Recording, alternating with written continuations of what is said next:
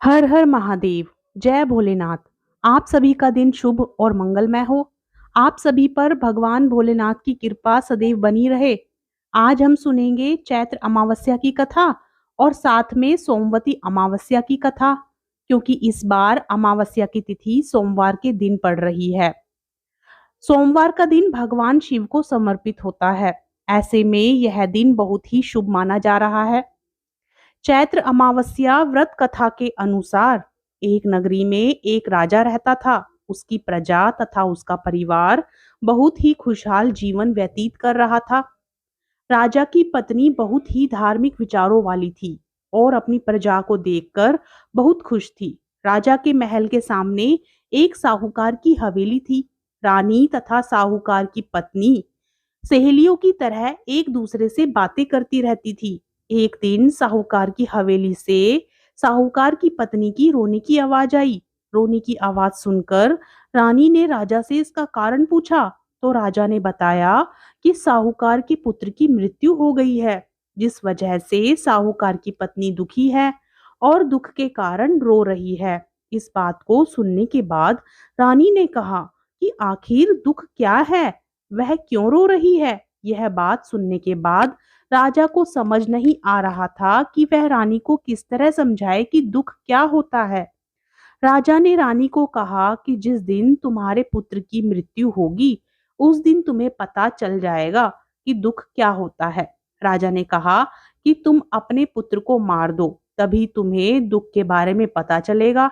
यह बात सुनने के बाद रानी ने अपने पुत्र को महल से नीचे गिरा दिया। भगवान की कृपा से रानी का पुत्र किसी ढेर पर गिर गया और उसे कुछ भी नहीं हुआ। पुत्र को देखने के बाद रानी ने फिर वही प्रश्न किया। तब राजा ने कहा कि पड़ोसी राज्य से युद्ध हो रहा है, मैं उस युद्ध में अकेला जाऊंगा और जब मेरी मृत्यु की खबर तुम तक पहुंचेगी तो तुम्हें एहसास हो जाएगा कि दुख क्या होता है। राजा युद्ध के लिए चला गया, परंतु भगवान की कृपा से वह युद्ध में जीत गया। राजा घर पर वापस आ गया और वह सोचने लगा कि आखिर ऐसी क्या बात है कि वह रानी को दुख का एहसास नहीं करवा पा रहा। इसके बाद राजा ने रानी को बुलाकर कहा कि वह दोनों गंगा यात्रा के लिए जाएंगे, इसलिए रानी तैयार हो जाए और गंगा किनारे जाकर वह गंगा में कूद जाएगा। रानी ने गंगा यात्रा की तैयारी शुरू कर ली। दूसरी तरफ कैलाश में भगवान शिव ने सती को कहा कि मैं कलयुग में तुम्हें सुख आत्मा के दर्शन करवा दूंगा। यह कहने के बाद भगवान शिव जी ने बकरे का तथा माता पार्वती ने बकरी का रूप धारण कर लिया। इसके बाद वह नदी किनारे घास चरने लगे। वहीं पर राजा अपनी रानी के साथ आ गया। राजा तथा रानी ने वहां भोजन किया और विश्राम करने लगे। उस समय राजा पानी लेने चला गया। वहीं पर माता पार्वती ने शिवजी से कहा कि रानी दुख देखना चाहती है और भगवान से पूछने लगी कि रानी को दुख का एहसास क्यों नहीं हो रहा है। रानी ने पशुओं को मनुष्य की बोली बोलते हुए सुन लिया। उसने सुना कि भगवान शिव माता पार्वती से कह रहे थे कि रानी ने अमावस का व्रत किया था, जिस कारण उसको दुख नहीं भोगना पड़ रहा। पिछले जन्म में रानी ने अमावस का व्रत किया और इस जन्म में वह अब सुख भोग रही है। इसके बाद उन्होंने कहा कि यह राजा गंगा में नहीं मरेगा। रानी ने यह बातें सुनने के बाद राजा को सारी बातें बता दी। इसके बाद राजा रानी महल में वापस आ गए। राजा ने अमावस्या का व्रत करने के लिए अपनी प्रजा को भी आज्ञा दे दी और कहा कि जो भी मनुष्य अमावस्या का व्रत करेगा उन्हें हमेशा सुख समृद्धि हासिल होगी। जय भोलेनाथ। अब श्रवण कीजिए सोमवती अमावस्या की व्रत कथा। सोमवती अमावस्या व्रत कथा सुने बिना अमावस्या व्रत कथा का संपूर्ण फल प्राप्त नहीं होता, इसलिए सोमवती अमावस्या व्रत कथा भी जरूर सुने। सोमवती अमावस्या व्रत कथा के अनुसार एक गरीब ब्राह्मण परिवार था। उस परिवार में पति पत्नी एवं उसकी एक पुत्री भी थी। उनकी पुत्री समय गुजरने के साथ साथ धीरे धीरे बड़ी होने लगी। उस पुत्री में बढ़ती उम्र के साथ सभी स्त्रियों वाले सगुणों का विकास हो रहा था। वह कन्या सुंदर, संस्कारवान एवं गुणवान थी, परंतु गरीब होने के कारण उसका विवाह नहीं हो पा रहा था। एक दिन उस ब्राह्मण के घर एक साधु महाराज पधारे। साधु उस कन्या के सेवा भाव से अत्यधिक प्रसन्न हुए। कन्या को लंबी आयु का आशीर्वाद देते हुए साधु ने कहा कि इस कन्या के हाथ में विवाह योग्य रेखा नहीं है। तब ब्राह्मण दंपति ने साधु से इसका उपाय पूछा। कन्या ऐसा क्या करे कि उसके हाथ में विवाह योग बन जाए। साधु महाराज ने कुछ देर विचार करने के पश्चात अपनी अंतर्दृष्टि में ध्यान करके बताया कि कुछ ही दूरी पर एक गांव में सोना नाम की एक धोबिन महिला अपने बेटे और बहू के साथ रहती है, जो बहुत ही आचार विचार एवं संस्कार संपन्न तथा पतिपरायण है।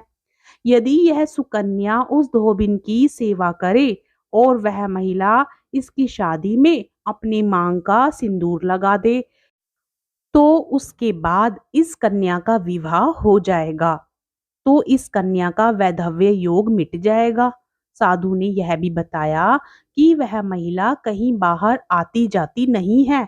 यह बात सुनकर ब्राह्मणी ने अपनी बेटी से धोबिन की सेवा करने का प्रस्ताव रखा। अगले दिन से ही कन्या प्रातःकाल ही उठकर सोना धोबिन के घर जाकर साफ सफाई एवं अन्य सभी कार्य करके अपने घर वापस आने लगी। एक दिन सोना धोबिन ने अपनी बहू से पूछा कि तुम तो सुबह ही उठकर सारे काम कर लेती हो और पता भी नहीं चलता। बहू ने कहा, माँ जी, मैंने तो सोचा कि आप ही सुबह उठकर सारे काम खुद ही खत्म कर लेती हो। मैं तो देर से उठती हूँ। यह सब जानकर दोनों सास बहू घर की निगरानी करने लगी कि ऐसा कौन है जो सुबह ही घर का सारा काम करके चला जाता है। कई दिनों के बाद धोबिन ने देखा कि एक कन्या मुंह ढके अंधेरे में घर में आती है और सारे काम करने के बाद चली जाती है। जब वह जाने लगी तो सोना धोबिन उसके पैरों पर गिर पड़ी। पूछने लगी कि आप कौन हैं और इस तरह छुपकर मेरे घर की चाकरी क्यों करती हैं। तब कन्या ने साधु द्वारा कही गई सारी बात बताई। सोना धोबिन पति परायण थी, अतः उसमें तेज था। वह तैयार हो गई। सोना धोबिन के पति थोड़ा अस्वस्थ थे। उसने अपनी बहू से अपने लौट आने तक घर पर ही रहने को कहा। सोना धोबिन ने जैसे ही अपनी मांग का सिंदूर उस कन्या की मांग में लगाया, सोना धोबिन का पति मर गया। उसे इस बात का पता चल गया।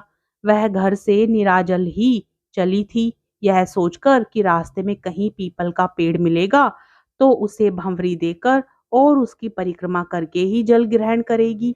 उस दिन सोमवती अमावस्या थी।